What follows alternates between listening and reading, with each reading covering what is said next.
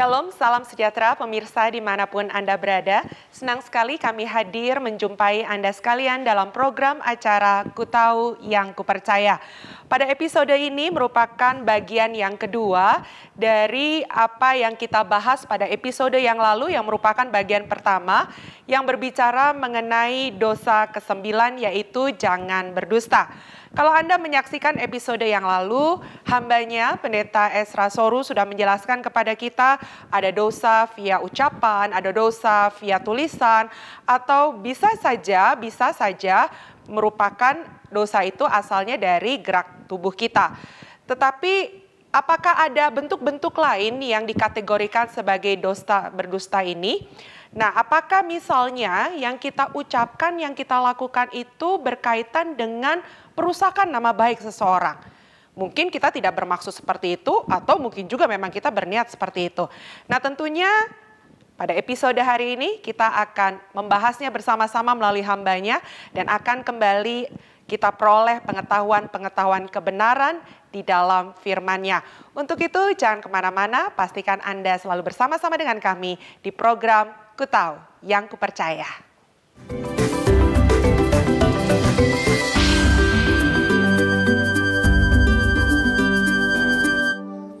Baik saudara-saudara, pada bagian ini saya akan menjelaskan lebih jauh soal hukum yang ke-9, yaitu jangan mengucapkan saksi dusta, dan saya akan memberikan lagi contoh-contoh pelanggaran hukum yang ke-9 ini. Beberapa sudah kita sebutkan atau kita bahas di dalam bagian sebelumnya. Tetapi sekarang saudara, kita juga mau melihat bahwa ternyata soal dosa berdusta atau mengucapkan sesuatu yang tidak benar itu juga bukan hanya di dalam hidup kita hari-hari, tapi bahkan itu merambah sampai ke dalam gereja sekalipun, ya. Bahkan saudara-saudara, dalam hal yang paling remeh saya kira ada juga dusta-dusta. Saudara, ada kasus atau ada banyak kasus di mana orang misalnya mau bikin acara, gereja mau bikin acara, dan acaranya itu mau dibuat jam 7 malam. Acaranya mau jam 7 malam, tapi mereka tahu bahwa kalau jam 7 malam, ngundangnya jam 7 malam, mulainya jam berapa? Mulai jam 8. Jadi supaya bisa mulai jam 7 malam, undangannya keluar jam 6. Menurut saudara ini dusta apa tidak? Dalam undangan dibilang kita mulai jam 6. Tapi tahu bahwa kita akan mulainya jam 7. Saudara setuju atau tidak setuju, ini adalah dusta. Ya.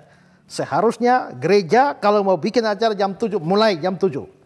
Ada orang, tidak ada orang, mulai. Ya. Jangan membiasakan dengan kebohongan-kebohongan seperti ini, maka ini jelas juga adalah sekecil sekali, tapi kita tidak menyadarinya, itu juga adalah dosa. Lalu juga di dalam urusan kerohanian, hal lain yang menjadikan itu kita berdosa karena dusta ini adalah misalnya tidak menepati janji di hadapan Tuhan.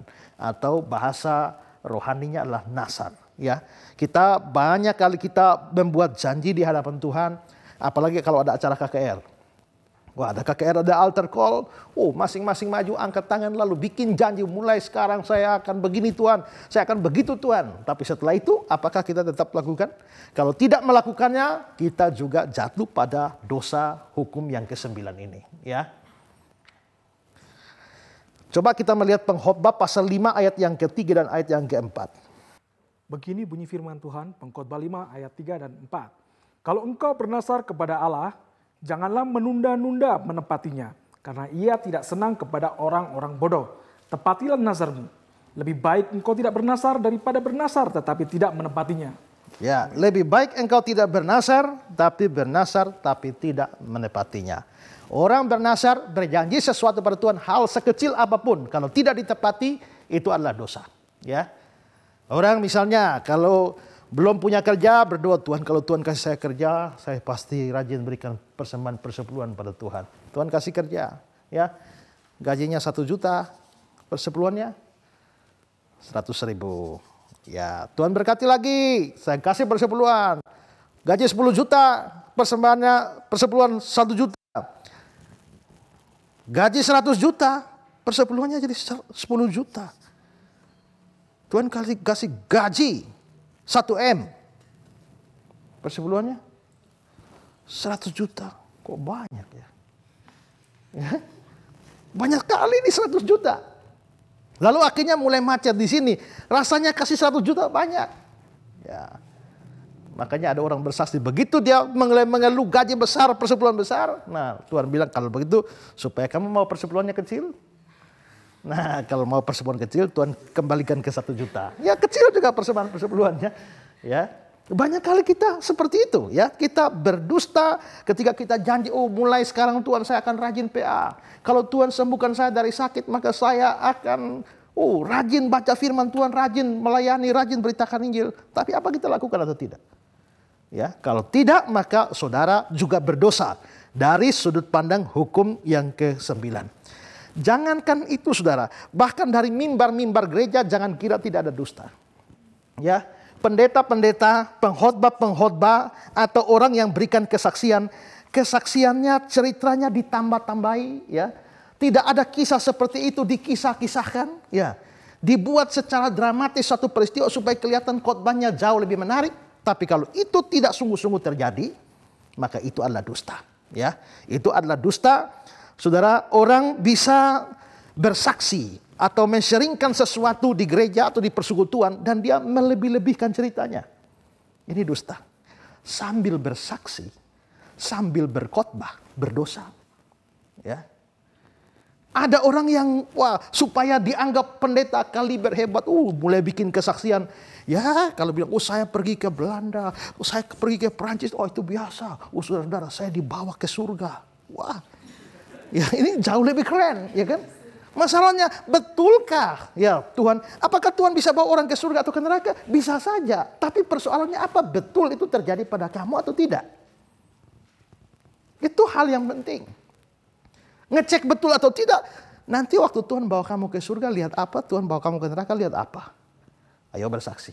Nanti dari bersaksi itu kita lihat ini kesaksiannya betul apa tidak. Saya pergi ke neraka. Di sana saya lihat, ada neraka seperti lautan api. Lalu orang-orang berdosa ada di neraka. Setan-setan jadi algojo bawa seperti tombak dengan trisula. Setan-setannya keliling-keliling jaga itu. Ada orang berdosa yang mencoba berenang keluar ditombak oleh setan. Kalau dia bersaksi begitu saya tahu itu dusta. Mengapa? Pertama, setan sekarang belum ada di neraka. Loh, bagaimana bisa? Ya, karena setan baru dimasukkan neraka di akhir zaman. Wahyu 20 ayat 10. Terus setan apa yang kau lihat di neraka? Kedua adalah, kalau nanti setan masuk neraka, setannya disiksa. Wahyu 20 ayat 10, mereka disiksa siang malam sampai selama-lamanya. Waktu setan-setan merasuk orang, lalu ketemu Yesus, lalu dia bilang, apa urusanmu dengan kami, hai anak Allah yang maha tinggi? Apakah engkau mau menyiksa kami sebelum waktunya? Yang ngomong ini setan. Apakah engkau Yesus mau menyiksa kami? Berarti setan tahu bahwa kalau dia masuk neraka nanti dia akan disiksa. Tapi ini orang mengaku pergi ke neraka, datang cerita bahwa dia lihat setan-setan menyiksa orang. Alkitab bilang setan disiksa, dia lihat setan menyiksa. Kapan setan diangkat jadi algojo? Kok pergi ke neraka, tapi ceritanya lain dari Alkitab? Ada dua kemungkinan. Yang bawa dia ke neraka itu bukan Tuhan, tapi setan. Atau kedua, dia mengarang-arang cerita supaya kelihatan pendeta sakti.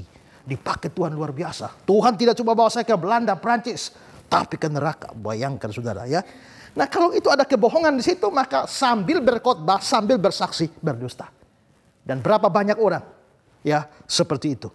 Nah, perhatikan bahwa orang-orang yang melebih-lebihkan cerita atau mengarang-arang cerita dalam kesaksian, dalam khotbah mereka, turut berdosa dari hukum yang ke-9. Juga ada lain lagi di dalam lingkungan agama, dusta itu bisa terjadi dengan memberikan nubuatan-nubuatan yang palsu. Ya, ini berkaitan dengan orang-orang nabi-nabi palsu. Itu jelas ada di dalam kitab suci. Kita melihat misalnya Yeremia 5 ayat 31. Yeremia 5 ayat 31. Begini bunyi firman Tuhan. Para nabi bernubuat palsu dan para imam mengajar dengan sewenang-wenang. Dan umatku menyukai yang demikian. Tetapi apakah yang akan kamu perbuat apabila datang kesudahannya?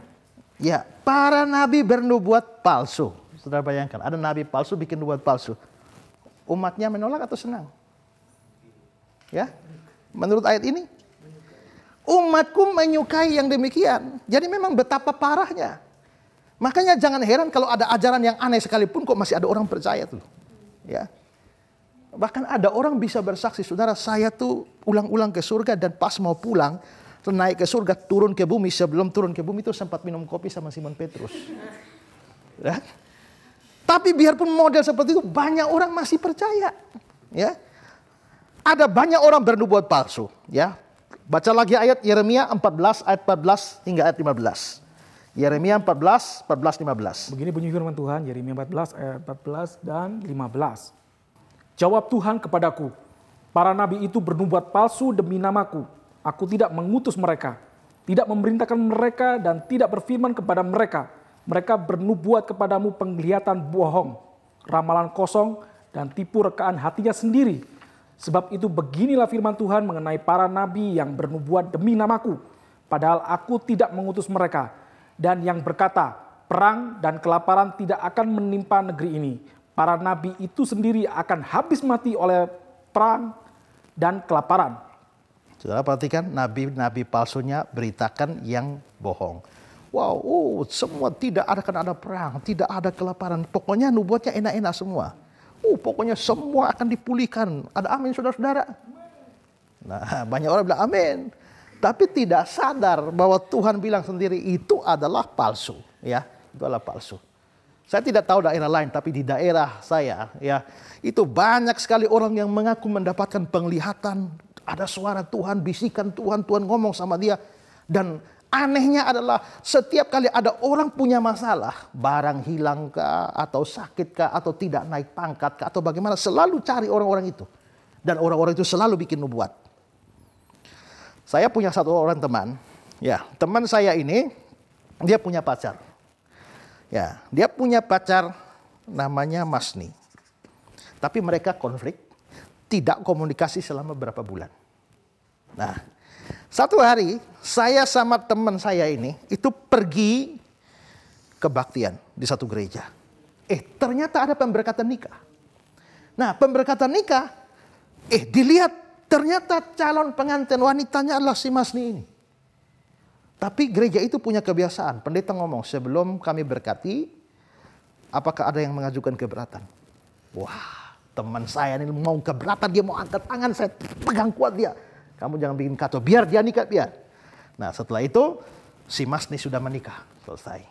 Tapi tetangga saya itu ada orang yang katanya jago dalam urusan penglihatan. Nah, ini kesempatan ngetes. Ya, saya ngajak teman saya, kita pergi doa di sebelah. Begitu doa kami sampaikan, ini loh, Pak, teman saya ini punya pacar. Mereka sudah konflik berapa bulan. Coba tanya Tuhan, kira-kira gimana nasib mereka berdua.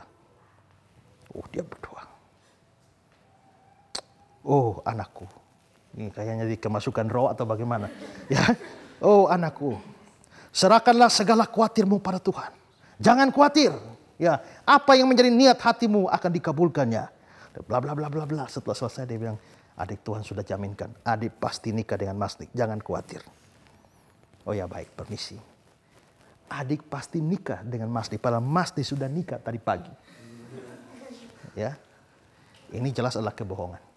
Ya, adalah kebohongan. Dan terlalu banyak seperti itu. Nah, saudara-saudara, semua yang bikin penglihatan palsu, semua yang bikin ramalan palsu, nubuat-nubuat palsu, itu jelas melanggar hukum jangan berdusta ini. Dan ini adalah dosa. Ya, jadi saudara, ini di kalangan gereja, di kalangan agama kita atau kerohanian kita juga dosa berdusta ini telah merasuk sampai kepada bahkan pendeta-pendeta sekalipun.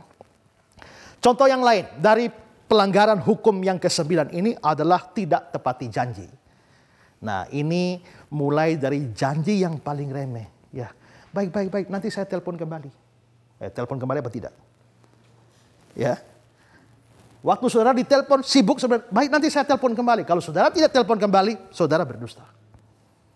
Nah kalau begini hitung saudara, coba pikir berapa banyak dosa saudara.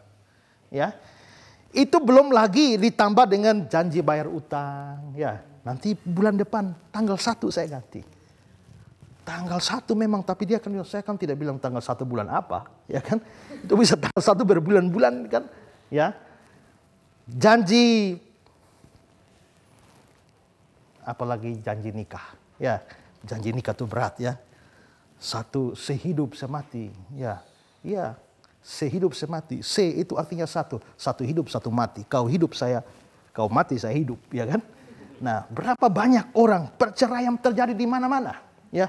Perceraian terjadi di mana-mana dan itu jelas merupakan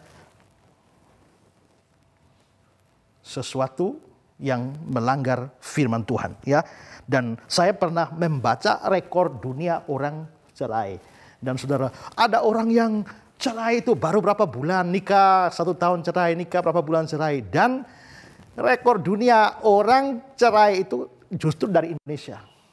Ya, dari Indonesia habis nikah berapa jam kemudian cerai. Kenapa bisa cerai? Karena begitu nikah, setelah itu malam pertama terbukti bahwa istrinya sudah tidak perawan lagi, langsung cerai. Hanya hitung berapa jam saja. Nah, lalu bagaimana dengan janji nikah untuk setia? Itulah sebabnya kalau saya konseling orang nikah, saudara, saya tanya sedalam-dalamnya. Ya, jelas. Kalau saya konseling orang nikah, ada laki, ada perempuan, saya tanya yang laki, sudah tahu berapa mantan pacar itu calon istrimu, mantan pacarnya ada berapa banyak? Tahu nggak? Ya. Barusan saya konseling orang, saya tanya si laki, kamu tahu nggak pacarmu itu mantannya berapa banyak? Tidak tahu. Lalu saya tanya si cewek, ayo beritahu berapa banyak mantanmu? Banyak Pak. Berapa banyak? Sampai 10? Lebih Pak. Sampai 20? Lebih Pak. Wah, memang kamu pacaran berapa kali ya? Tapi dia tidak mau sebut, tapi lebih dari 20. Tapi saya tidak peduli berapapun, kamu harus tahu. Beritahu semua, supaya apa? Supaya ini mencegah yang namanya CLBK. Apa itu CLBK? Bukan. Cinta lama belum kelar, ya kan? Nah, itu untuk berhati-hati karena gara-gara ini bisa mengakibatkan terjadinya orang mengingkari janji pernikahan di hadapan Tuhan.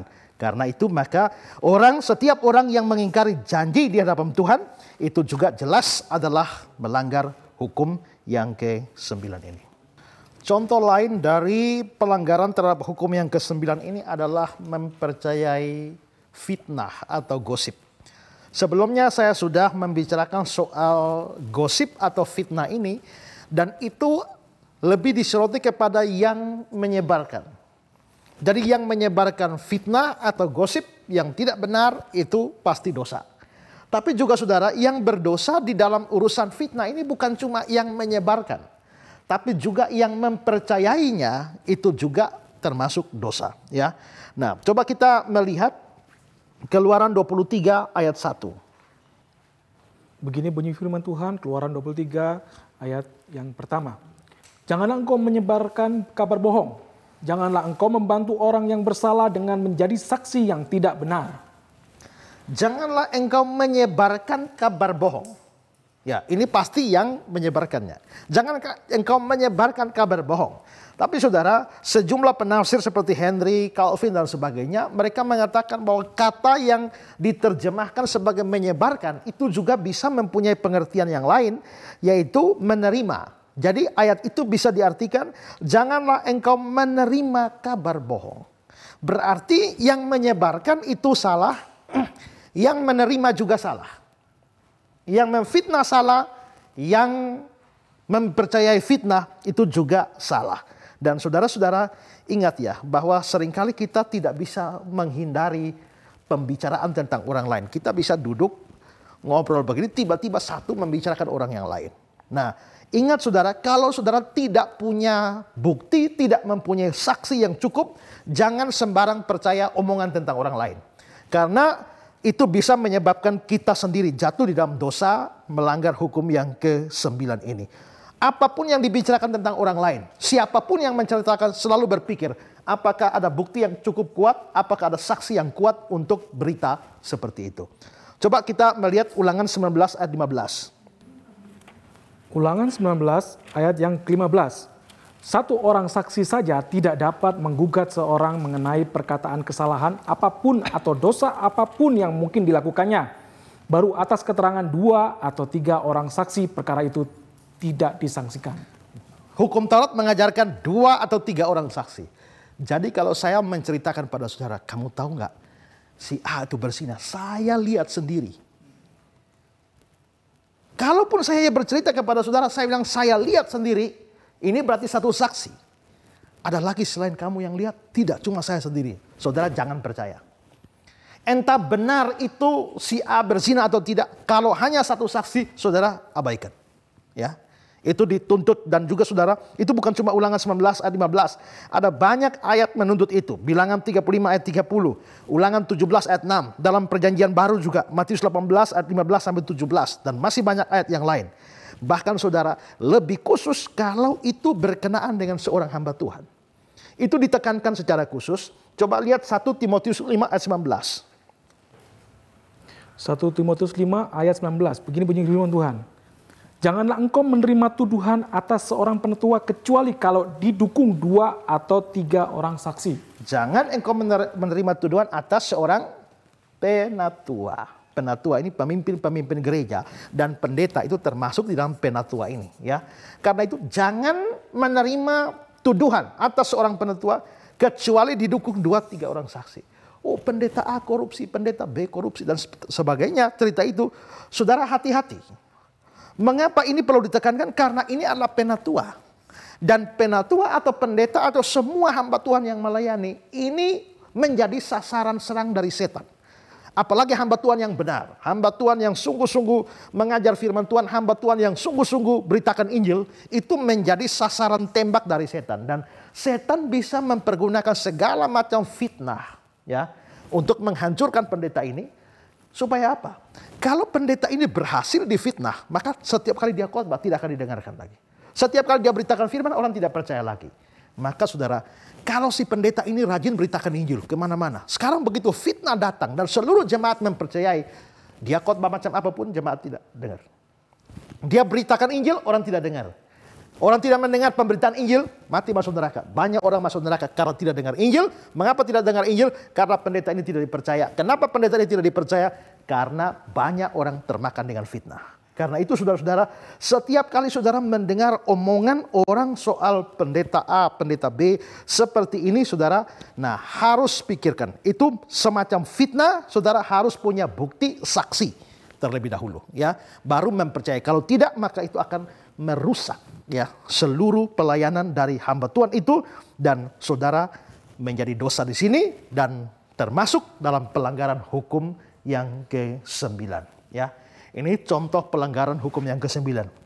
Lalu saudara, contoh lain yang bisa diberikan sebagai pelanggaran hukum yang ke-9 ini adalah menceritakan setengah kebenaran.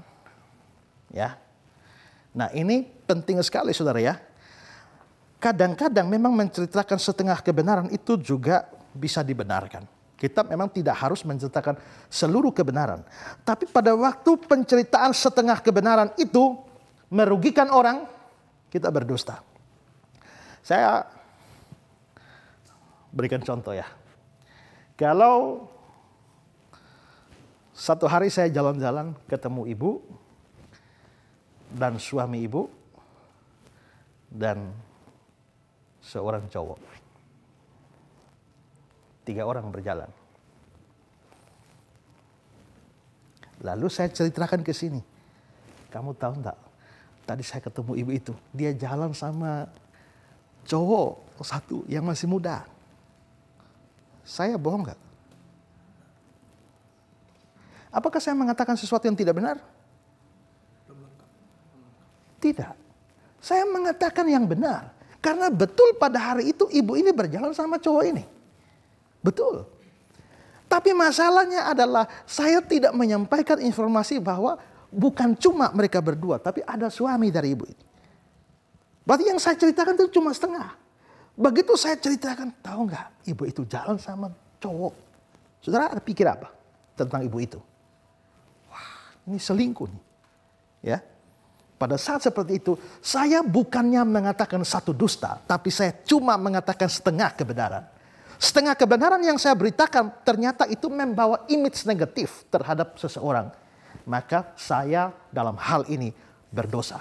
Ya, berdosa karena memberikan image negatif dengan penceritaan setengah kebenaran. Jadi kadang-kadang memang setengah kebenaran kita tidak harus menyampaikan seluruhnya. Tapi kalau dengan menyampaikan setengah itu merugikan orang lain, merusak nama baik orang lain, reputasi orang lain, maka itu bisa dikategorikan juga sebagai fitnahan atau juga gosip yang melanggar hukum yang ke-9 ini. Lalu juga saudara, hal lain itu adalah misalnya mengubah nada bicara atau mimik wajah. Tadi kita sudah sempat ngomong ya. Saya mau berikan contoh lagi.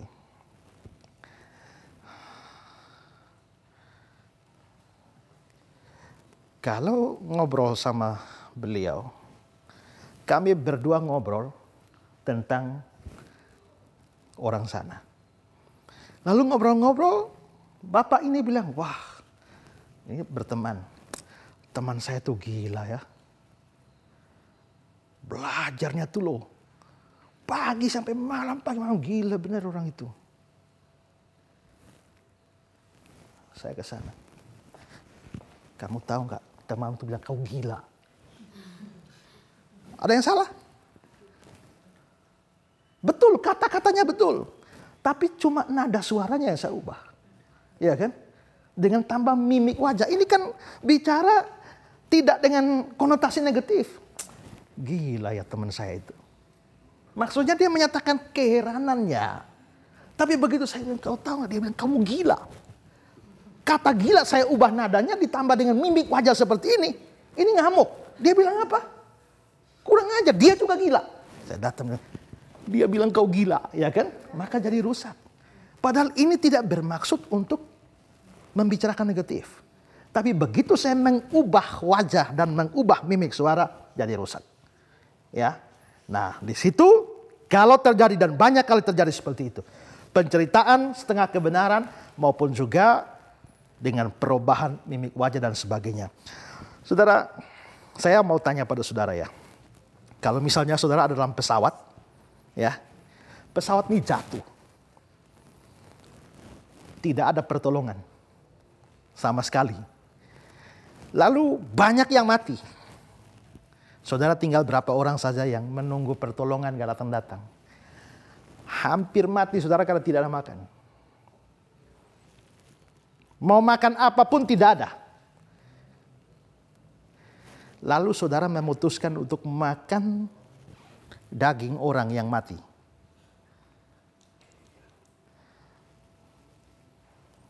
Boleh nggak?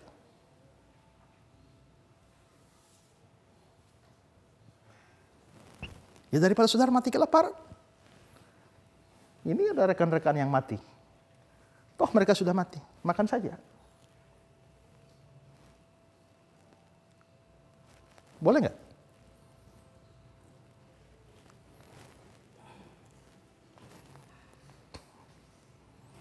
Salah satu teman pendeta saya datang ke Kupang dan ditanyakan kasus seperti itu. Lalu dia jawab, bagi saya boleh. Toh itu sudah mati. Mayat yang sudah mati itu tidak ada arti apa-apa lagi. Tapi dia harus mempertahankan hidupnya. Dia tidak bisa membiarkan dirinya mati. Dia, kalau memang dia mau makan, dia berani makan, kita tidak bisa persalahkan orang makan. Dan dalam kasus itu memang pernah terjadi. Ini pendeta ini ceramah seperti itu. Lalu pendeta ini pulang. Rupanya yang hadir di ceramah itu juga ada pendeta lain. Lalu pendeta lain ini pergi ke radio, khotbah di radio, dan dia ngomong tentang pendeta yang satu tadi itu. Dan dia bilang, saudara-saudara, pendeta yang satu itu ngajar supaya kita ini boleh makan orang. Lalu orang semua punya pikiran, wah, kurang ajar itu pendeta. Masa kita disuruh makan daging orang? Nah, dia cuma menceritakan, dia tidak menceritakan kasus pesawat jatuh, tidak ada makan lagi, ya ini mesti pertahankan. Dia tidak cerita. Yang dia bilang adalah pendeta itu ngajar kita makan orang. Nah ini biarpun pendeta, ini adalah fitnahan dan dusta. Ya, jadi itu tetap adalah dosa. Nah, saudara jangan abaikan atau jangan remehkan dosa fitnah ini ya. Dosa fitnah ini sesuatu yang berat. Bahkan kalau saudara baca di dalam 1 Korintus pasal 5 ya, mulai ayat 9 sampai 13, itu adalah salah satu dosa yang perlu dikenakan siasat gereja. Siasat gereja itu adalah tindakan pendisiplinan dikucilkan dari gereja. Ada beberapa dosa yang harus ditangani secara serius di dalam siasat gereja, dan salah satunya adalah pemfitnah, dan itu ada dalam 1 Korintus 5 ayat yang ke-11 di sana. Karena itu jangan remehkan ini ya. Nah, harus pikirkan bahwa dusta itu mempunyai dampak yang negatif terhadap kita. Ya, dusta mempunyai dampak yang negatif. Selain kita berdosa, saudara, juga dusta membuat kita kehilangan kesaksian kita sebagai orang percaya. Orang tidak akan percaya lagi pada kita. Selain saudara, dusta itu membuat dosa kita semakin bertambah-tambah. Berapa banyak kita yang stok dosanya makin bertambah-tambah gara-gara dusta ini. Ya. Dan karena itu saudara, renungkan berapa kali saudara melakukan dosa, berdusta, atau memfitnah, atau menggosip, mengabarkan kabar bohong, kabar buruk tentang seseorang, menghancurkan nama baik dan reputasi seseorang. Saudara perhatikan baik-baik bahwa semua ini, seperti saya bilang, hukum Taurat diberikan supaya kita jadi cermin bagi kita lihat berapa banyak dosa kita. Dan dari hukum ke-9 yang sudah kita bahas, 2 kali ini terlihat bahwa betapa banyaknya dosa kita dari hukum yang ke-9 ini. Karena itu saudara, semua ini harus menyadarkan kita bahwa kita membutuhkan seorang juru selamat. Kita membutuhkan seorang yang bisa menghapus seluruh dosa kita ini. Karena tanpa dosa dihapus, tidak ada orang bisa diselamatkan. Saudara bukan cuma mungkin masuk neraka atau kemungkinan besar masuk neraka. Saudara pasti masuk neraka. Saudara butuh seorang juru selamat yang mau hapus dosa saudara sampai selesai, termasuk dosa dusta yang begitu banyak. Karena itu saudara-saudara, maka penghapus dosa itu cuma Yesus Kristus yang disaksikan oleh kitab suci. Saudara harus percaya dia sungguh-sungguh, percaya dia mati menebus dosa saudara, dan dia hapus semua. Maka saudara bisa diselamatkan dari dosa-dosa saudara. Tuhan memberkati saudara.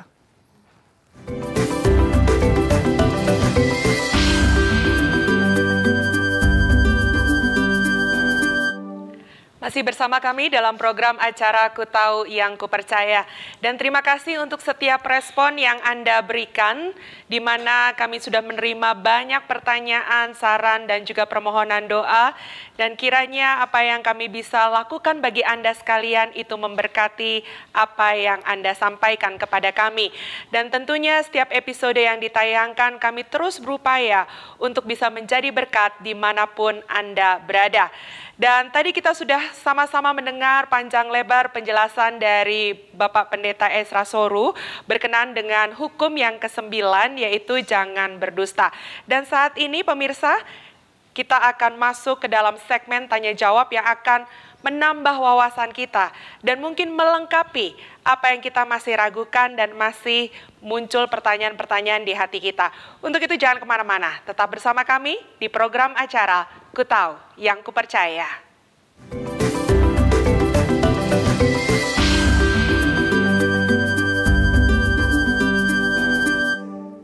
Pak, saya bertanya, tadi waktu Bapak ajarkan tentang nasar, jika kita nggak menepati nasar, kita menjadi berdosa. Nah, jika ada seorang tua, kemudian mereka berencana untuk anaknya nanti diserahkan kepada Tuhan. Namun anak ini ternyata tidak patuh dalam pertumbuhannya, dia melihat bahwa dia tidak cocok dengan apa yang diikutkan oleh orang tuanya, yaitu melayani Tuhan. Nah, bagaimana itu? Apakah yang salah bapaknya atau anaknya? Ini maksudnya diserahkan menjadi seorang hamba Tuhan. Ya, menjadi seorang penasihat. Ya. Jadi begini ya saudara, untuk menjadi seorang hamba Tuhan yang melayani Tuhan secara full time itu butuh panggilan khusus dari Tuhan. Ya, kalau untuk melayani Tuhan saja secara umum semua kita dipanggil untuk melayani Tuhan. Siapapun kita melayani dengan profesi masing-masing.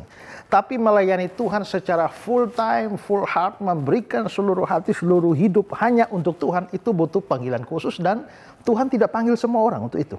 Ya. Karena itu maka kalau Tuhan panggil tidak boleh lari. Nanti akan kena seperti Yunus, ya.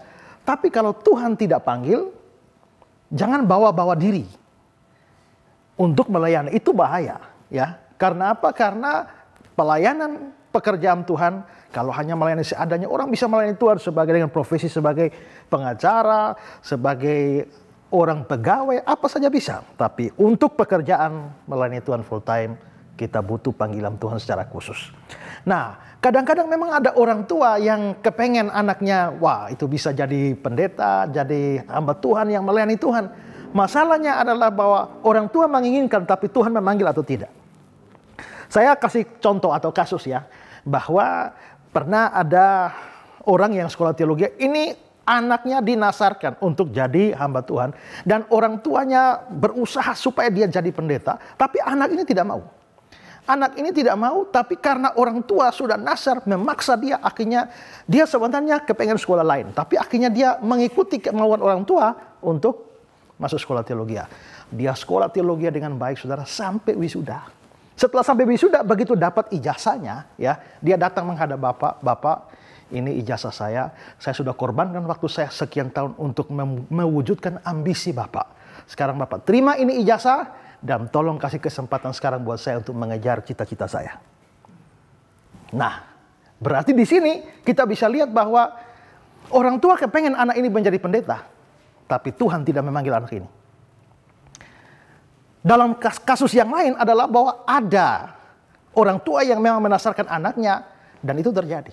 Saya sendiri, saudara, saya ini adalah anak yang dinasarkan oleh orang tua. Karena waktu saya lahir, itu mama saya hampir mati, saya juga hampir mati. Lalu akhirnya papa dan mama saya berdoa, Tuhan, kalau memang Tuhan selamatkan anak ini, saya persembahkan anak ini untuk jadi hamba Tuhan. Nah akhirnya saudara, saya dari kecil itu sudah diberitahu, kamu akan jadi pendeta, kamu akan jadi pendeta. Tapi pada waktu SMP saya merasa keberatan, saya tidak mau jadi pendeta. Cita-cita saya jadi pilot. Ya. Dan saya bilang, mengapa harus orang tua menentukan cita-cita saya? Pada saat seperti itu, mama saya bilang sama papa saya, bagaimana sekarang? Payah kita. Ya, kita sudah terlanjur janji pada Tuhan, sekarang anak ini seperti ini gimana? Lalu papa saya bilang pada mama saya, mari kita berdoa dan serahkan. Kalau memang dia dipanggil oleh Tuhan, dia pasti akan punya kerinduan. Mereka bergumul. Sampai pada akhirnya ketika saya SMA, saya sendiri merasa terpanggil oleh Tuhan untuk melayani Tuhan. Jadi bukan karena janji dari orang tua. Nah dari kasus-kasus seperti ini menurut saya bagaimana kalau orang tua menasarkan anaknya lalu anaknya tidak mau, yang dosa siapa? Menurut saya dalam hal ini memang kalau orang tua melakukan nasar tertentu pada Tuhan, ini sebaiknya nasar itu dilakukan berkenaan dengan diri sendiri. Jangan bernasar berkaitan dengan orang lain. Ya. Karena itu adalah salah kalau orang tua itu memberikan nasar kepada Tuhan yang berkaitan dengan anak-anak. Tapi bagaimana dengan kasus saya misalnya tadi? Bagaimana dengan kasus di Alkitab yaitu Hana? Ya, Hana menasarkan supaya kalau dia dapat anak Samuel, dia akan persembahkan pada Tuhan. Nah dalam hal seperti ini menurut saya memang terjadi persis pada waktu Hana menasarkan, itu cocok dengan pemilihan Tuhan. Jadi saya sendiri yakin bahwa di dalam nasar Hana untuk anaknya Samuel dipersembahkan pada Tuhan, ada campur tangan Tuhan di dalamnya. Jadi Tuhan pasti sebelum Hana menasarkannya, Tuhan memang mau supaya Samuel menjadi seorang hamba Tuhan sebelumnya, dan dia mendorong Hana di dalam nasar itu sehingga Hana nanti persembahkan anaknya. Dalam kasus seperti saya juga pasti tentunya bahwa Tuhan telah memilih saya untuk menjadi seorang pelayan Tuhan, dan Tuhan menggerakkan melalui orang tua saya untuk memberikan nasar. Nah, kalau memang tidak ada suatu konfirmasi yang kuat tentang hal itu, maka menurut saya sebaiknya orang tidak bernasar tentang apa yang tidak berkaitan dengan dirinya. Ya, jadi bagi saya dalam hal ini bisa saja kita menasarkan, tapi dalam hal ini kita harus kembali kepada panggilan Tuhan, ya, panggilan Tuhan. Apakah Tuhan memanggil anak ini atau tidak? Jadi bagi saya mungkin paling bagus begini ya, Tuhan, kalau ada anak kita bisa bilang, Tuhan, jikalau Tuhan memang mau pakai anak ini untuk kemuliaan Tuhan, kami serahkan dia pada Tuhan. Itu jauh lebih bagus. Jadi artinya kalau memang Tuhan tidak pilih, kita tidak salah, ya. Tapi kalau memang Tuhan mau pakai dia secara khusus, kami persembahkan dia pada Tuhan. Nah, itu jauh lebih bagus, ya. Oke, ada pertanyaan lain? Pak, saya mau bertanya terkait dengan nubuat-nubuat yang palsu. Bagaimana kita mengetahui bahwa suatu nubuat itu benar atau palsu? Ya, tadi saya sempat menyinggung soal adanya nabi-nabi palsu atau juga nubuatan-nubuatan palsu. Nah, ini penting sekali. Bagaimana caranya kita tahu seorang sedang membuat sebuah nubuatan yang palsu. Tapi saudara, untuk mengetahui bahwa nubuatan itu palsu itu tidak mudah ya. Tidak mudah, tapi kita bisa melakukan dengan beberapa cara. Yang pertama, kita bisa mengecek apakah nubuatan tersebut itu sesuai kitab suci atau tidak. Ingat, dalam pelajaran-pelajaran sebelumnya saya sudah tegaskan bahwa dasar kita itu adalah kitab suci. Apapun yang kita ajarkan atau menentukan salah benar itu harus dari kitab suci. Segala tulisan yang diilhamkan Allah memang bermanfaat untuk mengajar, untuk menyatakan kesalahan, dan seterusnya. 2 Timotius 3:16. Mengajar harus dari segala tulisan yang diilhamkan Allah. Menyatakan salah atau tidak dari segala yang dituliskan di dalam firman Allah. Jadi kita bisa mengecek itu ya. Ada satu teladan yang bagus di dalam orang-orang Kristen dari Berea. Itu yang tercatat dalam Kisah 17 ayat 11. Coba dibacakan Kisah 17. Kisah 17 ayat yang ke-11. Orang-orang Yahudi di kota itu lebih baik hatinya daripada orang-orang Yahudi di Tesalonika, karena mereka menerima firman itu dengan segala kerelaan hati, dan setiap hari mereka menyelidiki kitab suci untuk mengetahui apakah semua itu benar demikian. Ya. Dan setiap hari mereka menyelidiki kitab suci dan untuk mengetahui apakah semuanya benar demikian. Jadi mereka menyelidiki kitab suci. Untuk tahu benar demikian mereka selidiki kitab suci. Nah, jadi kalau mau tahu nubuatan itu benar atau tidak, kita harus melihatnya, membandingkannya, mengeceknya dengan kitab suci. Begitu satu nubuatan keluar, kalau nubuatannya itu tidak sejalan dengan berita dari kitab suci, itu pasti nubuatan yang palsu. Saya kira-kira memberikan contoh misalnya ya, bahwa kita seringkali banyak mendengar orang memberikan nubuatan bahwa oh nanti Tuhan akan mengadakan pemulihan. Artinya kalau sekian tahun ke depan kondisi akan menjadi bagus, akan menjadi luar biasa indah dan seterusnya. Orang makin banyak bertobat dan sebagainya. Bagaimana kesaksian kitab suci soal itu? Bagaimana gambaran kitab suci tentang kondisi orang hidup di zaman akhir? Ya, saya selalu bedakan antara zaman akhir dengan akhir zaman. Ya. Kalau akhir zaman, kalau ini dunia mulai, ini adalah awal zaman. Dunia berakhir, ini namanya akhir zaman. Terus zaman akhir itu di mana? Zaman akhir itu adalah sebelum akhir zaman. Mulai dari sini misalnya, ini adalah zaman akhir. Ini adalah akhir zaman. Makanya orang bilang, apa itu zaman akhir? Zaman akhir adalah zaman sebelum akhir zaman. Sedangkan akhir zaman adalah akhir dari zaman akhir. Gitu ya. Nah, Alkitab menggambarkan kehidupan di zaman akhir menuju akhir zaman ini bagaimana? Nah, kalau kita mengacu pada catatan 2 Timotius 3 ayat 1 sampai 5 ya, itu justru dunia digambarkan sebagai makin hari makin buruk, ya. Ketahuilah bahwa pada hari-hari terakhir akan datang masa yang sukar. Manusia akan mencintai diri sendiri, menjadi hamba uang. Mereka akan membual, menyombongkan diri. Mereka akan menjadi pemfitnah. Mereka berontak terhadap orang tua, tidak tahu terima kasih, tidak pedulikan agama, tidak tahu mengasihi, tidak berdamai, suka menjelekkan orang, tidak mengekang diri, garang, tidak suka yang baik, suka berkhianat, tidak berpikir panjang, berlagak tahu, lebih menuruti hawa nafsu daripada menuruti Allah. Secara lahiriah mereka menjalankan ibadah mereka, tapi pada hakikatnya mereka memungkiri kekuatannya, jauhilah mereka. Nah, Alkitab menggambarkan kondisi dunia zaman akhir buruk. Makin lama makin buruk, makin lama makin bejat. Kalau tiba-tiba ada satu nubuatan yang dikeluarkan, dunia ini makin baik. Akan terjadi pemulihan besar-besaran yang akan membuat akhir dunia ini makin baik. Kita melihat, kok kitab suci menggambarkan makin buruk. Ini nubuatan kok makin baik. Ini nubuatan aneh. Ya, ini nubuatan aneh dan karena itu maka itu membuktikan bahwa nubuatan tersebut tidak benar. Atau ada cara lain. Cara lain adalah kalau kita bisa mengikuti nubuatan-nubuatan lain dari orang tersebut dan kalau yang dia nubuatkan itu selalu baik, besar kemungkinan nubuatannya salah. Kalau orang, perhatikan orang ya, misalnya dia bernubuat, coba ikuti dia nubuatannya. Mungkin dia banyak bernubuat. Nubuatnya tuh kalau baik terus, hati-hati. Ya, kalau nubuatnya baik tidak pernah bernubuat yang buruk atau yang jelek, Itu bahaya. Ya, kenapa? Karena dalam kitab suci, kalau ada nubuatan yang baik terus, itu biasanya adalah nubuatan dari nabi palsu. Ya, coba kita melihat di dalam Yeremia pasal 14 ayat 13 sampai 15, coba tolong dibaca. Yeremia 14 ayat 13 hingga ayat yang ke-15. Lalu aku berkata, aduh Tuhan Allah, bukankah para nabi telah berkata kepada mereka, kamu tidak akan mengalami perang dan kelaparan tidak akan menimpa kamu, tetapi aku akan memberikan kepada kamu damai sejahtera yang mantap di tempat ini. Jawab Tuhan kepadaku, para nabi itu bernubuat palsu demi namaku. Aku tidak mengutus mereka, tidak memerintahkan mereka, dan tidak berfirman kepada mereka. Mereka bernubuatkan kepadamu penglihatan bohong, ramalan kosong, dan tipu rekaan hatinya sendiri. Sebab itu beginilah firman Tuhan mengenai para nabi yang bernubuat demikian demi namaku. Padahal aku tidak mengutus mereka. Dan yang berkata perang dan kelaparan tidak akan menimpa negeri ini. Para nabi itu sendiri akan habis mati oleh perang dan kelaparan. Ya, perhatikan ya ayat yang ke-13. Kamu tidak akan mengalami perang dan kelaparan, tidak akan menimpa kamu. Tetapi aku akan memberikan padamu kamu damai sejahtera yang mantap di bumi ini. Bagus ya nubuatannya? Enak ya? Kalau saudara dapat nubuat begitu gimana? Senang.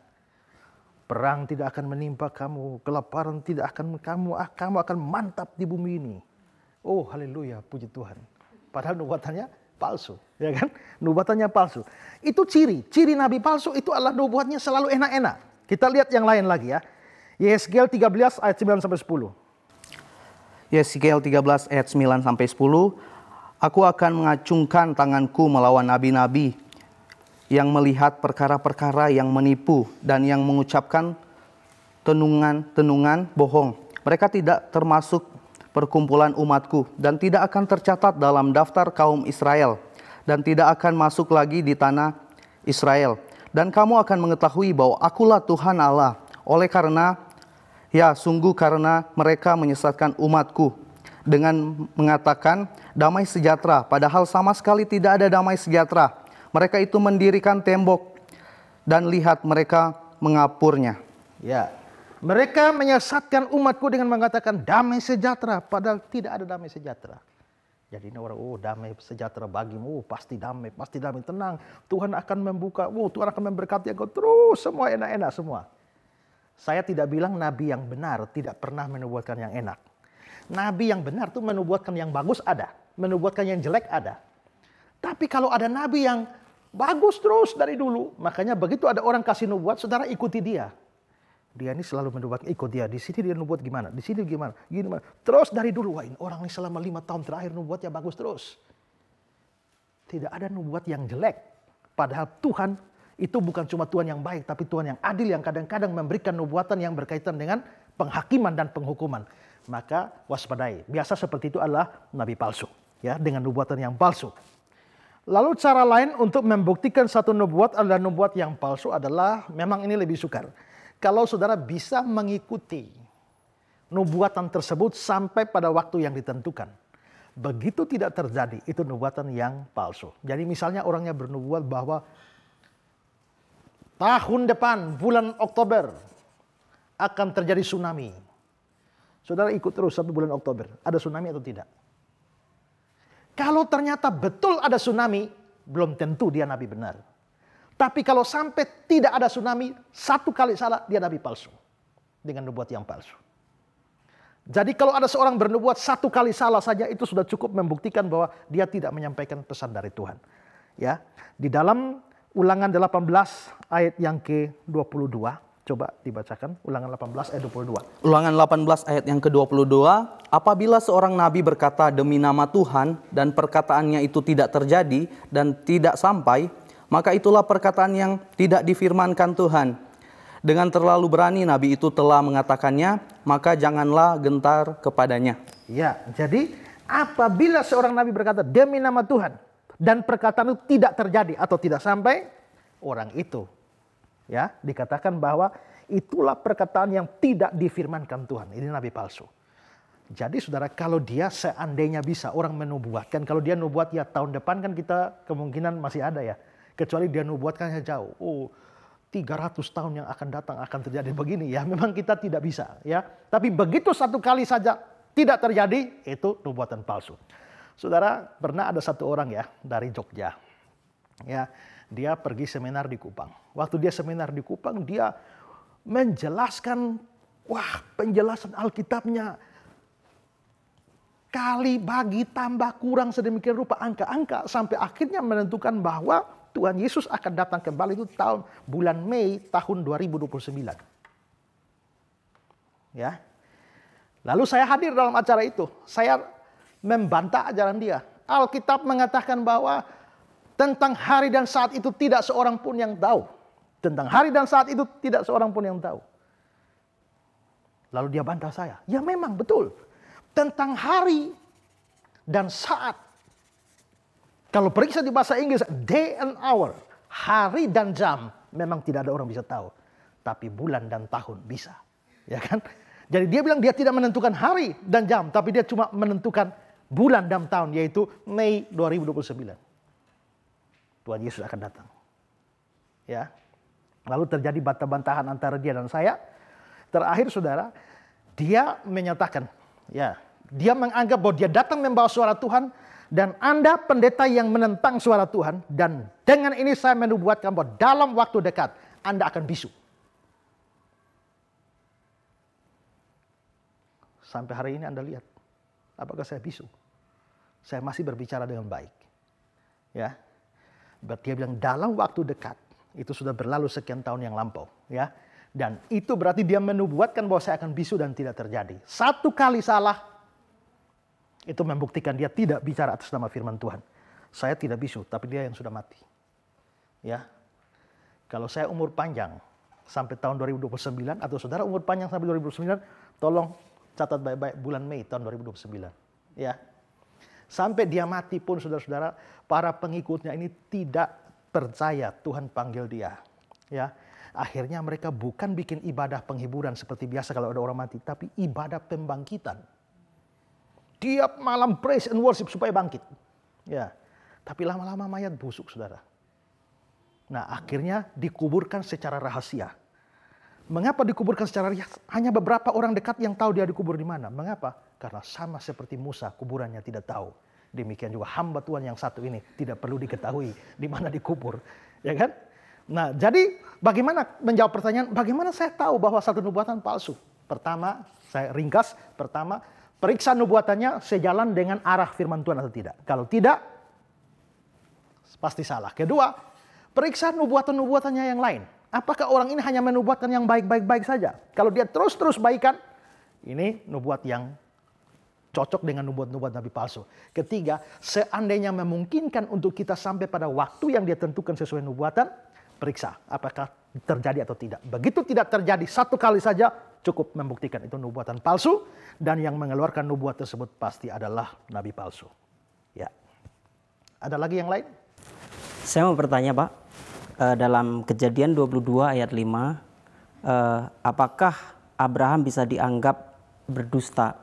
Karena Abraham jelas mau mempersembahkan Ishak di gunung, tetapi dia berkata kepada bujangnya bahwa dia dan Ishak akan kembali. Ya. Kejadian 22 ayat 5 ya. Kata Abraham kepada kedua bujangnya, tinggallah kamu di sini dengan keledai ini. Aku beserta anak ini akan pergi ke sana, kami akan sembahyang dan sesudah itu kami akan kembali. Jadi ini kan dia pergi sama Ishak mau naik gunung, ini dia akan persembahkan Ishak di sini. Dua bujangnya disuruh tunggu di sini, dua pembantunya ini. Ishak sama Abraham naik ke sini dan dia bilang, kalian tunggu di sini, kami kembali padamu, bukan aku. Padahal dia tahu dia akan korbankan Ishak. Dan dia bilang kami akan kembali. Apakah dengan demikian Abraham sedang berdusta di sini ya? Tidak saudara ya. Saya kira di sini Abraham tidak berdusta. Tapi kelihatannya justru ini menunjukkan iman Abraham. Dia memang sedang naik untuk mengorbankan Ishak. Tapi kelihatannya dia mempunyai suatu keyakinan bahwa dia akan turun kembali dengan Ishak. Jadi bukan dusta, tapi iman. Nah, dari mana atau apa dasarnya kita menganggap ini adalah iman dan bukan dusta? Nah, ini muncul di dalam surat Ibrani. Ketika penulis surat Ibrani membicarakan soal saksi-saksi iman, dia menyinggung kasus ini ya. Coba kita lihat di dalam Ibrani pasal 11 ayat 17 sampai 19. Ini tentang iman Abraham. Coba dibacakan Ibrani 11 ayat 17 sampai 19. Begini bunyi firman Tuhan, karena iman maka Abraham tatkala ia dicobai mempersembahkan Ishak, ia yang telah menerima janji itu rela mempersembahkan anaknya yang tunggal. Walaupun kepadanya telah dikatakan keturunan yang berasal dari Ishak yang disebut keturunanmu, karena ia berpikir bahwa Allah berkuasa membangkitkan orang mati, dan dari sana ia seakan-akan telah menerimanya kembali. Nah, perhatikan ya, ayat 18. Walaupun kepadanya, jadi ayat 17 bicara dia akan mempersembahkan Ishak. Tapi ayat 18, walaupun kepadanya telah dikatakan keturunan yang berasal dari Ishak lah yang disebut keturunanmu. Jadi dia tahu Ishak ini adalah anak keturunannya yang nanti akan menurunkan banyak orang. Lalu ayat 19, karena dia berpikir bahwa Allah berkuasa membangkitkan orang-orang sekalipun dari antara orang mati. Dari sana ia seakan-akan menerimanya kembali. Menerimanya kembali, nyatu siapa? Ishak. Jadi dia kelihatannya Abraham ini berpikir, memang saya akan naik korbankan. Dia betul-betul akan bunuh Ishak. Tapi dia punya keyakinan, Tuhan kan sudah janji. Bahwa dari saya, dari Ishak ini keturunan akan turun. Bagaimana mungkin janji itu gagal? Tidak. Saya akan bunuh Ishak. Tapi Tuhan pasti akan sanggup membangkitkan Ishak dan akan turun dengan saya. Karena itu dia bilang, kalian tunggu, kami akan kembali.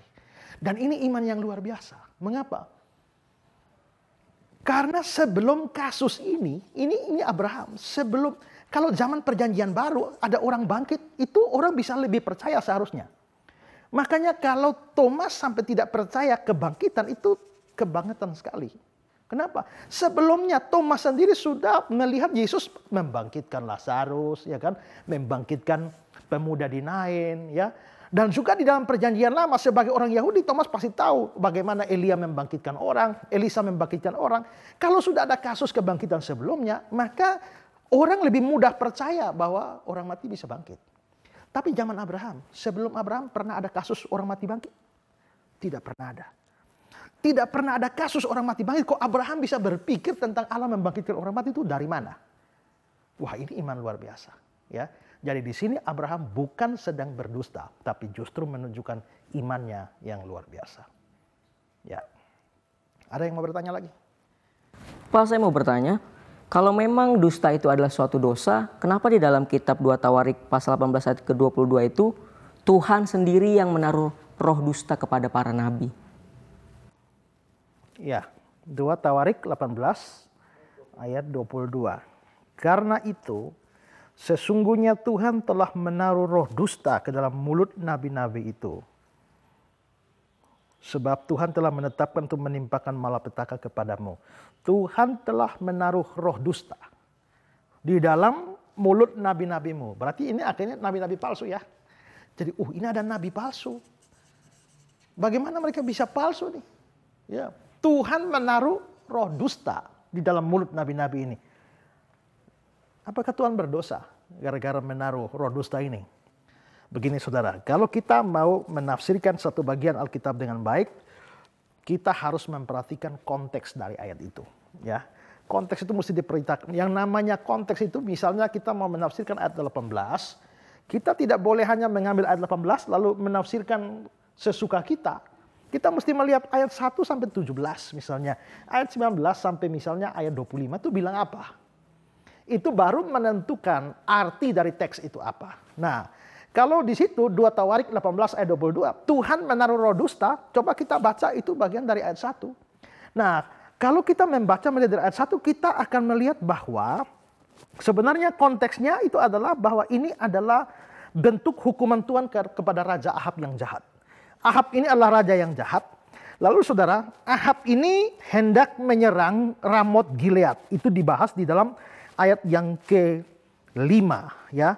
Dan pada waktu Ahab mau menyerang Ramot Gilead, nabi-nabi palsu ini datang. Oh, pasti menang, aman. serang saja, pasti menang. Ingat, kebiasaan nabi palsu adalah bikin nubuat yang enak-enak. Pasti menang. Nah, Raja Ahab seperti itu. Lalu Raja Ahab ini dia punya besan ini namanya Yosafat. Lalu Yosafat bilang begini, coba tanya nabi lain lagi. Ya kan? Apakah sudah nabi semua? Lalu Ahab bilang begini, masih ada satu nabi tapi saya tidak suka dia. Nabi siapa? Namanya Nabi Mika. Kenapa tidak suka? Karena dia tuh nubuat pada saya itu hanya yang jelek-jelek saja. Jadi rupanya Ahab ini senang dengan ini nabi-nabi palsu yang nubuatnya enak-enak, menang. Kalau Mika yang nubuatkan, Mika selalu nubuatkan yang jelek pada dia. Padahal Mika ini nabi benar. Nah, tapi akhirnya atas permintaan dari Yosafat, panggil saja Mika. Maka utusan pergi panggil Nabi Mika. Tapi utusan itu bilang, sudah pesan dulu, lebih dulu ya. Ingat, semua sudah nubuat yang baik. Kau harus nubuat yang baik juga. Ya. Nah, itu yang terjadi. Nah, lalu Mika mengucapkan kata-kata di ayat 18-nya sampai ayat 22. Dari 2 Tawarik 18 itu. Di ayat 18 dibilang begini. Kata Mika, sebab itu dengarkanlah firman Tuhan. Aku telah melihat Tuhan sedang duduk di atas tahtanya, dan segenap tentara surga berdiri di sebelah kanannya dan di sebelah kirinya. Dan Tuhan berfirman, siapakah yang akan membujuk Ahab, Raja Israel, untuk maju berperang supaya ia tewas di Ramot Gilead? Ahab ini jahat. Tuhan mau bunuh Ahab. Tapi bagaimana Tuhan mau bunuh Ahab? Tuhan mau bunuh Ahab dengan cara suruh dia maju perang. Dan di perang itu dia akan dapat celaka. Jadi ini perang ini akan menghancurkan Ahab. Tapi nabi palsu bernubuat, maju saja. Tuhan berkati, Tuhan pasti buat menang. Tuhan akan berikan kamu keberhasilan. Nah, jadi justru perhatikan ayat. Siapakah yang akan membujuk Ahab, Raja Israel, untuk maju berperang supaya ia tewas di Ramot Gilead? Maka yang seorang berkata begini, yang lain berkata begitu. Kemudian tampillah satu roh, lalu berdiri di hadapan Tuhan. Ini penglihatan Mika ya. Dia berkata, aku ini akan membujuknya. Tuhan bertanya kepadanya, dengan apa? Jawabnya, aku akan keluar dan menjadi roh dusta dalam mulut semua nabinya. Dia berfirman, biarlah engkau membujuknya dan engkau akan berhasil pula. Keluarlah dan perbuatlah demikian. Karena itu sesungguhnya Tuhan telah menaruh roh dusta ke dalam mulut nabi-nabimu, sebab Tuhan telah menetapkan untuk menimpakan malapetaka kepadamu. Nah, artinya apa? Bahwa di sini ada roh dusta tampil di hadapan Tuhan dan dia, aku akan masuk ke dalam nabi-nabi. Tuhan mengizinkan roh dusta ini masuk kepada nabi-nabi. Lalu nabi-nabi ini bernubuat palsu untuk Ahab. Maju saja. Aman. Pasti menang. Tuhan akan berkati. Pasti menang. Begitu maju perang, mati Ahab. Itu bentuk hukuman. Jadi maksudnya Tuhan menaruh roh dusta itu apa? Tuhan menaruh roh dusta itu bukan orang jujur lalu Tuhan suruh bikin dusta. Maksudnya Tuhan menaruh roh dusta artinya Tuhan mengizinkan setan ya itu untuk menaruh dusta di dalam nabi-nabi palsu sehingga nabi-nabi palsu lalu menubuatkan yang bagus-bagus. Ya. Nah, itu maksudnya. Jadi Tuhannya tidak berdosa. Tuhan mengizinkan kepalsuan muncul di dalam nabi-nabi untuk menghukum raja yang jahat itu. Ya. Ini tidak beda jauh dengan saudara baca ada ayat-ayat yang mengatakan roh jahat yang dari Tuhan. Bukan maksudnya Tuhan punya roh jahat, tapi Tuhan mengizinkan roh jahat itu untuk ya mendatangi Saul seperti itu. Tapi bukan Tuhannya yang punya roh jahat, Tuhan izinkan roh jahat. Dan ingat bahwa roh jahat atau setan tidak bisa kerja di luar kontrol Tuhan. Dia hanya bisa bekerja kalau Tuhan izinkan. Tuhan tidak izinkan, tidak ada satu setan pun bisa kerja lewat dari itu. Kepada Ayub, kamu boleh ambil apa saja dari Ayub, tapi dirinya tidak boleh kamu rabah. Maka setan ambil anaknya, hartanya, rumahnya, segala macam. Tapi diri Ayub sama sekali tidak tersentuh. Lalu tahap berikut, Tuhan bilang kamu boleh ambil apapun termasuk tubuh Ayub, tapi nyawanya tidak. Setan menimpakan dia segala macam penyakit, tapi nyawa tidak bisa. Artinya apa? Setan hanya bisa bekerja sejauh yang Tuhan izinkan. Kalau Tuhan garis di sini, setan kerja sampai sini. Tidak bisa setan lewat sedikit. Karena itu dalam hal apapun juga pekerjaan setan harus ada izin dari Tuhan. Nah, sekarang dalam hal nabi-nabi palsu itu juga Tuhan mengizinkan setan memberikan nubuatan palsu melalui nabi palsu untuk mendatangkan hukuman bagi Ahab yang jahat. Itu konteksnya seperti itu ya. Oke, ada lagi? Pak, saya ingin bertanya, benarkah Yesus lahir tanggal 25 Desember? Dan jika tidak, bukankah merupakan suatu dusta bagi kita orang-orang Kristen yang percaya bahkan merayakan hari Natal itu di tanggal 25 Desember sebagai hari kelahiran Tuhan Yesus Kristus? Kita merayakan Natal tanggal 25 Desember. Ya. Benarkah Yesus lahir tanggal 25 Desember? Pertanyaan ini pernah ditanyakan juga oleh seorang mualaf. Tunjukkan di mana di ayat Alkitab yang bilang Yesus lahir 25 Desember. Kalau ada, saya langsung masuk Kristen. Ya. Tapi saudara, kita cari sampai manapun juga tidak ada di Alkitab bilang Yesus lahir 25 Desember. Tapi mengapa kita merayakan kelahiran Yesus di 25 Desember? Mungkin pertama-tama kita harus memikirkan apakah bisa atau benar Yesus lahir 25 Desember? Bagi saya tidak mungkin. Mengapa tidak mungkin? Karena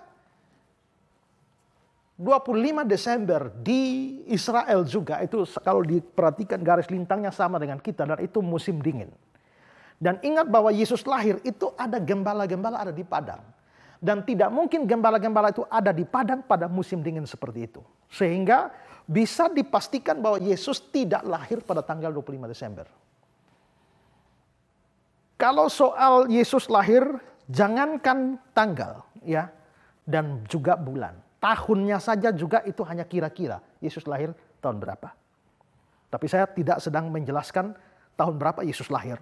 Tapi saudara, kalau memang Yesus tidak lahir 25 Desember, kita juga ingat bahwa mayoritas gereja sekarang merayakan Natal 25 Desember. Tapi tidak semua gereja merayakannya. Ada gereja-gereja yang merayakan Natal itu di bulan Januari. 9 Januari mereka merayakan Natal. Hitungannya beda-beda.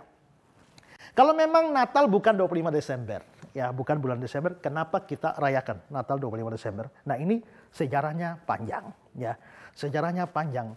Dan begini ya saudara, pada mulanya orang Kristen mula-mula tidak ada yang merayakan Natal. Tidak ada yang merayakan Natal. Nah kita lihat bahwa kekristenan pada awal sejarah itu ditindas secara luar biasa oleh pemerintah Romawi, ya. 10 kaisar Romawi itu menjadi kaisar killer yang menghabisi banyak orang Kristen. Nasib orang Kristen itu baru bagus pada abad yang keempat. Ketika seorang kaisar namanya Konstantinus itu dia memeluk agama Kristen. Nah sejak Konstantin jadi Kristen dia menetapkan bahwa Kristen menjadi agama resmi di Roma. Begitu Kristen jadi agama resmi di Roma maka kaisarnya saja Kristen. Bagaimana pegawai-pegawainya? Kalau kaisar Kristen, Kristen itu agama resmi. Bagaimana para pegawainya orang-orang tidak Kristen? Maka pada saat itu begitu banyak orang jadi Kristen. Nah mereka banyak jadi Kristen, sayangnya mereka Kristen tapi mereka tidak sungguh-sungguh percaya Yesus sebenarnya. Mereka Kristen KTP, hanya KTP-nya Kristen tapi sesungguhnya masih kafir. Nah orang-orang kafir pada waktu itu mereka menyembah satu dewa yang namanya Dewa Mitra atau Dewa Matahari. Ya. Nah Dewa Mitra ini mereka percaya hari lahirnya itu 25 Desember. Hari lahirnya 25 Desember dan 1 minggu sebelum 25 Desember itu biasa dirayakan oleh orang-orang kafir itu namanya Festival Saturnalia. Festival Saturnalia itu puncaknya adalah pada tanggal 25 Desember hari rayanya Dewa Matahari ini, Dewa Mitra ini dan mereka bikin perayaan. Ya. Nah, pada waktu mereka merayakan seperti ini, mereka pergi mencari pohon-pohon cemara, lalu bakar-bakar lilin di sana untuk mengingat ini. Berarti ini perayaan kafir. Lalu gereja Kristen ada. Gereja Kristen itu ada. Hari Minggu, hari-hari biasa mereka orang-orang ini berbakti di gereja. Tapi menjelang 25 Desember ini, semua ikut lagi ke sini. Hari-hari biasa, gereja lagi. Berikut ke sini lagi. Nah maka gereja berpikir ini orang-orang ini bagaimana ya. Sebentar di gereja, sebentar ke kafir, ke gereja, ke kafir. Lalu akhirnya mereka berpikir sepertinya gereja perlu membuat semacam perayaan tandingan. Supaya apa? Supaya di gereja ada perayaan. Sehingga orang-orang di sini tidak lagi pergi ke sini, tapi mereka punya perayaan sendiri di gereja. Nah perayaan ini kita harus mencocokkannya sedemikian rupa dengan perayaan ini. Nah, karena apa? Karena kalau di sini mereka rayakan 25 Desember. Di sini kita buat perayaannya tanggal 15 Oktober. Nanti 15 Oktober mereka ikut sini. 25 Desember datang lagi. Jadi bagaimana supaya mereka tidak datang? Kita bikin tepat tanggal 25 Desember juga. Maka akhirnya ditetapkan. Gereja perlu bikin perayaan 25 Desember. Persis. Di sini mereka merayakan apa? Dewa matahari. Oh, kita punya lebih hebat dari dewa matahari. Yesus Kristus terang dunia. Kalau begitu kita Yesus Kristus. Yang di sini dirayakan apanya? Hari lahirnya. Kita juga hari lahirnya. Ya. Jadi di sini merayakan hari kelahiran dewa matahari pada tanggal 25 Desember. Di sini merayakan hari kelahiran Yesus Kristus terang dunia yang lebih hebat dari matahari 25 Desember. Di sini mereka bakar lilin. Kita juga bakar lilin. Kenapa? Karena simbol bahwa orang Kristen adalah terang dunia. Bakarnya taruh di apa? Di sini itu di pohon-pohon cemara evergreen. Kita juga bikin di evergreen. Kenapa? Evergreen selalu hijau. Ini simbol dari hidup yang kekal. Maka dipaskan, dicocokkan. Sehingga menjadi sebuah perayaan tandingan bagi orang kafir. Dari situlah tradisi orang Kristen lalu merayakan hari kelahiran Yesus pada tanggal 25 Desember. Jadi ada latar belakang kafir memang. Tapi gara-gara ada latar belakang kafir ini sekarang ada gereja-gereja yang tidak mau merayakan Natal. Mereka tidak mau merayakan Natal karena Natal itu kan perayaannya hari kafir. Salah. Memang Natal itu perayaan kafir, tapi dengan merayakan Natal bukan membuat orang Kristen jadi kafir, tapi justru membuat orang kafir jadi Kristen. Ya. Karena itu kita memang merayakan Natal, tapi kita sadar bahwa memang Yesus tidak lahir pada tanggal itu. Ini hanya kepentingan menjadi saingan saja bagi hari raya kafir ini. Nah sekarang, kalau begitu kalau kita merayakan Natal 25 Desember, apakah kita sedang berdusta? Tergantung. Tergantungnya maksudnya begini. Kalau orang merayakan Natal 25 Desember dan dia tidak tahu sejarah seperti ini. Dia pikir ya saya merayakan Natal, Yesus lahir 25 Desember, tidak tahu apa-apa. Apakah dia berdusta? Tidak, dia memang tidak tahu. Jadi dia tidak tahu, bukan berdusta. Kalau orang merayakan Natal 25 Desember dan dia memang yakin Yesus lahir 25 Desember, itu juga bukan dusta. Keyakinannya salah, tapi dia bukan dusta. Ya. Kapan baru dusta? Kalau dia tahu persis Yesus tidak lahir 25 Desember, tapi dia merayakan Natal 25 Desember dan dia bilang pada orang bahwa Yesus lahir 25 Desember. Padahal dia sendiri yakin Yesus tidak lahir 25 Desember. Kalau terjadi begitu itu baru penipuan, itu baru dusta. Ya. Tapi kalau dia sepanjang dia merayakannya, dia tidak berpikir bahwa Yesus memang persis 25 Desember. Atau dia yakin bahwa Yesus lahir 25 Desember, itu bukan dusta. Ya. Jadi, ya orang-orang saksi Yehova itu tidak mau. Bukan cuma Natal. Ulang tahun tidak boleh. Jadi orang-orang saksi Yehova tidak mau ada perayaan ulang tahun. Lalu mereka juga karena tidak mau merayakan ulang tahun, termasuk tidak mau merayakan Natal. Jadi mereka bilang, di mana di Alkitab ada perintah kita harus merayakan Natal? Lalu saya balik tanya, di mana di Alkitab ada larangan orang Kristen merayakan Natal? Ya kan? Kalau ada perintah, kita mesti lakukan. Tidak lakukan dosa. Kalau ada larangan, jangan lakukan. Kalau lakukan, dosa. Bagaimana kalau tidak ada perintah, tidak ada larangan? Orang Kristen boleh main Facebook atau tidak? Mana ayatnya? Tidak ada kan? Tapi apakah ada ayat melarang kita main Facebook? Tidak ada. Kalau begitu, dalam hal yang firman Tuhan tidak ada perintah, tidak ada larangan, kita bisa lakukan, bisa tidak, tapi catatannya, kalau kamu makan atau kamu minum atau kamu lakukan sesuatu yang lain, lakukanlah untuk kemuliaan Allah. Kalau begitu, tidak ada perintah untuk main Facebook. Tidak ada larangan untuk main Facebook. Kalau begitu saya bisa main Facebook kalau saya membawa kemuliaan bagi nama Tuhan. Nah, begitu juga dengan merayakan Natal. Ya, tidak ada perintah, tidak larangan. Bolehkah saya merayakan Natal? Kalau saya dengan merayakan Natal membawa kemuliaan bagi nama Tuhan, saya akan lakukan. Ya, tapi saya tidak sedang berdusta pada waktu saya merayakan Natal. Ya. Baik, ada pertanyaan lagi? Pak, saya mau bertanya, Di dalam Ulangan 18 ayat 20 tertulis, tetapi seorang nabi yang telah berani untuk mengucapkan demi namaku perkataan yang tidak kuperintahkan untuk dikatakan olehnya, atau yang berkata demi nama Allah lain, nabi itu harus mati. Saya mau bertanya, mengapa nabi itu harus mati? Dan kalau sekarang ada nabi palsu, apakah harus kita bunuh? Ya, ini tentang nabi palsu ya. Nah, nabi palsu tadi dikatakan dia berbicara atas namaku, ya. Berarti dia bicara, dia mengeluarkan satu pernyataan dan itu dianggap sebagai perkataan Tuhan. Ingat, nabi dalam perjanjian lama adalah menyuarakan suara Tuhan. Dia menyampaikan apa yang dari Tuhan. Pada waktu nabi palsu ini, Tuhan tidak bicara pada dia, tapi dia sampaikan pada orang bahwa itu adalah suara Tuhan. Berarti dia sedang mengambil posisi Tuhan. Dia sedang memposisikan dirinya sebagai Tuhan. Dan ingat bahwa kalau dia memberitakan pada umat bahwa itu firman Tuhan, padahal nabi palsu, perkataannya ini menyesatkan. Kalau dia menyesatkan umat, maka ada banyak umat yang tersesat masuk neraka. Berarti nabi ini telah menyebabkan banyak orang masuk neraka atau binasa, dan dia mengambil posisi Tuhan Allah seolah-olah Tuhan yang berfirman. Maka di sini kita bisa melihat bahwa efek dari apa yang dia lakukan ini adalah sesuatu yang jahat.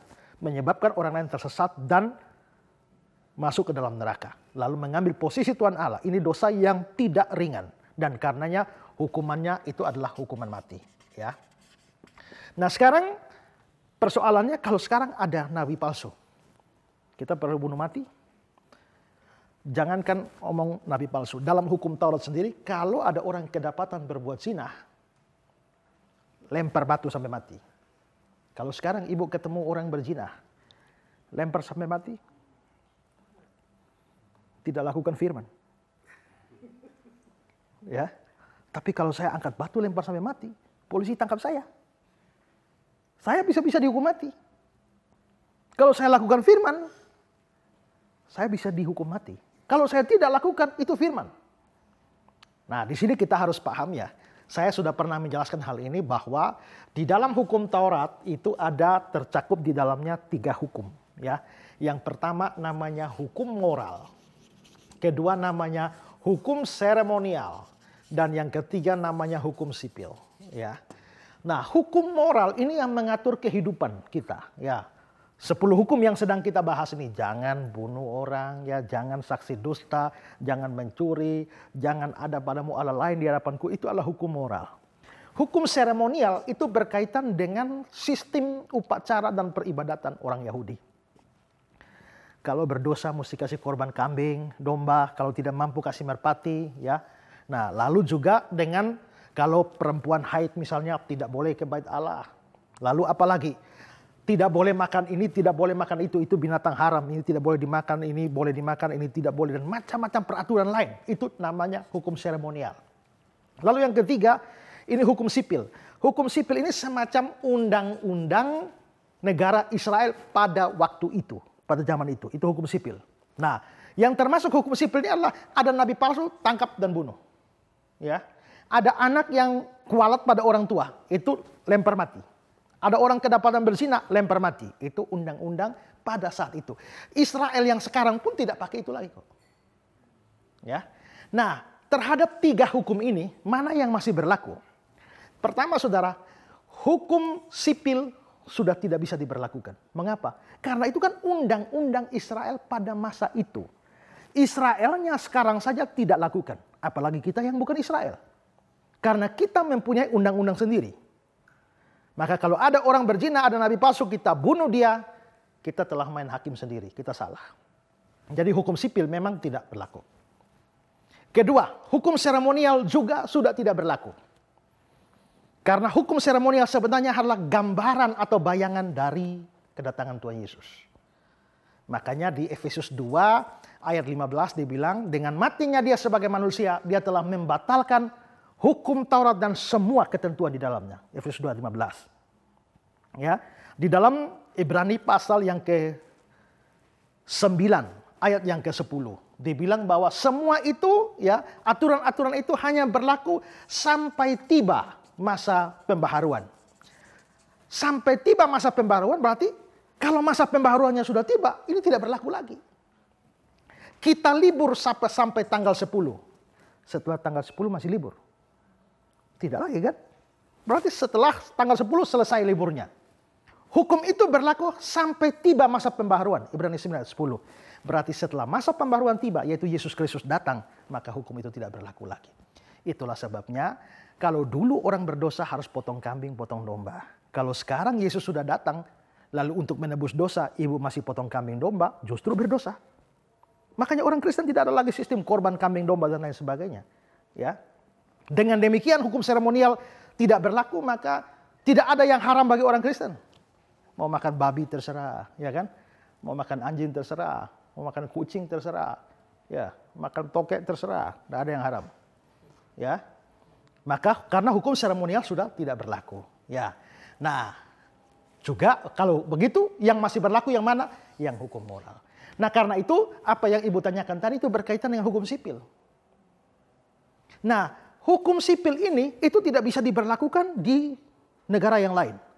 Ambil contoh bahwa pada waktu Yesus ada di dunia, dunia sedang dikuasai oleh orang Romawi. Dan Romawi memberikan aturan bahwa yang boleh memutuskan hukuman mati hanya pemerintah Roma. Negara jajahan tidak punya hak memutuskan hukuman mati. Hanya pemerintah Roma. Itulah sebabnya orang Yahudi mau bunuh Yesus tidak bisa bunuh langsung. Butuh keputusan Romawi. Dalam hal ini adalah Pontius Pilatus. Gubernur-gubernur Romawi itu ada dua jenis. Yang pertama namanya yang punya hak ius gladi. Ius gladi itu adalah hak memberikan hukuman mati. Tapi ada gubernur yang tidak punya hak ius gladi. Artinya pemerintah tidak punya hak memberi hukum mati. Pontius Pilatus termasuk yang punya ius gladi. Karena itu dia bisa putuskan Yesus dibunuh mati. Nah, yang jajahan tidak bisa memutuskan itu.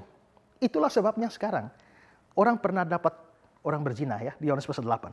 Itu mereka tanya pada Yesus, menurut hukum Musa, orang demikian mesti lempar mati. Menurut kamu bagaimana? Itu Yesus diperhadapkan pada dilema. Karena kalau Yesus bilang ya lempar sampai mati, Yesus menyalahi hukum Romawi. Tapi kalau Yesus bilang bebaskan dia, Yesus menyalahi hukum Musa. Jadi Yesus mau pilih yang manapun pasti bermasalah. Karena mereka mau jebak. Tapi Yesus terlalu pintar untuk dijebak. Ya, terlalu berhikmat untuk dijebak. Dia nulis-nulis saja di tanah. Yuk siapa yang tidak berdosa lempar duluan. Tidak ada kan? Tidak ada. Ya kan? Itu sama kasusnya dengan mereka datang tanya Yesus. Bolehkah membayar pajak kepada pemerintah? Itu jebakan. Karena kalau Yesus bilang tidak boleh, ditangkap oleh orang Romawi. Tapi kalau Yesus bilang boleh, orang-orang akan mengecam dia. Kamu mengizinkan kita bayar pajak pada penjajah? Pada orang Israel percaya uang mereka hanya layak diterima oleh Yahweh. Dari Yesus diperhadapkan pada dilema. Tapi Yesus terlalu pintar. Mana koinnya? Koin. Ini tulisan gambar siapa? Kaisar. Beri kepada Allah apa yang kamu beri pada Allah. Beri pada Kaisar apa yang wajib kamu beri pada Kaisar. Ya, itu hebat sekali Tuhan Yesus ya. Nah, maka Tuhan Yesus bilang siapa yang tidak berdosa angkat batu lempar duluan. Berarti Yesus sendiri tidak mengizinkan lempar. Mengapa? Karena saat itu Romawi berkuasa. Dan hukum sipil Israel pada zaman dulu tidak bisa diberlakukan di Israel pada saat Roma berkuasa. Nah, Indonesia punya hukum sendiri. Karena itu kalau ada nabi palsu sekarang, kita tidak usah bunuh dia. Biarkan nanti Tuhan yang urusan dengan dia.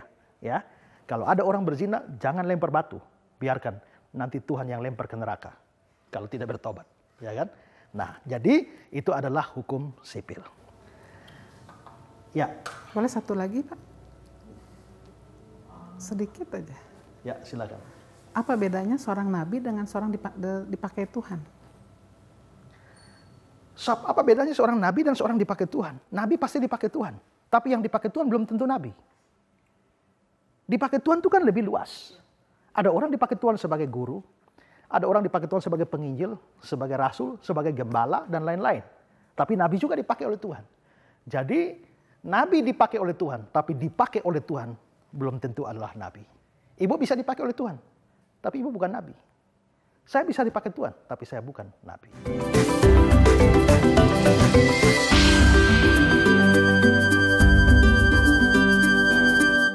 Firman Tuhan adalah kebenaran. Kebenaran itu bersifat sejati, mutlak, dan sempurna adanya. Sehingga kalau ada hal kecil saja di mana kita tidak melakukan kebenaran, maka sama artinya kita menjadi pribadi yang tidak benar. Dari pembahasan 2 episode yang kita ikuti mengenai hukum yang ke-9, kita sudah belajar bagaimana dosa itu berasal dari sebuah dusta yang diucapkan, yang ditulis, ataupun dari gerak-gerik tubuh, bisa membawa kita kepada hukuman yang kekal kalau kita tidak memiliki Tuhan Yesus dalam kehidupan kita. Nah, untuk itu saudara, dari 2 episode yang kita saksikan mengenai hal ini, biarlah itu menjadi sebuah peringatan dan pengarah dalam langkah kita, sehingga dalam kehidupan sehari-hari kita berjalan dari kebenaran lepas kebenaran. Terima kasih untuk kebersamaan kita dan terima kasih juga untuk responnya selama ini, di mana Anda mengirimkan pertanyaan dan juga permohonan doa, di mana kami juga tim yang ada tidak akan pernah jemu-jemu untuk menjawab pertanyaan atau mendukung Anda di dalam doa.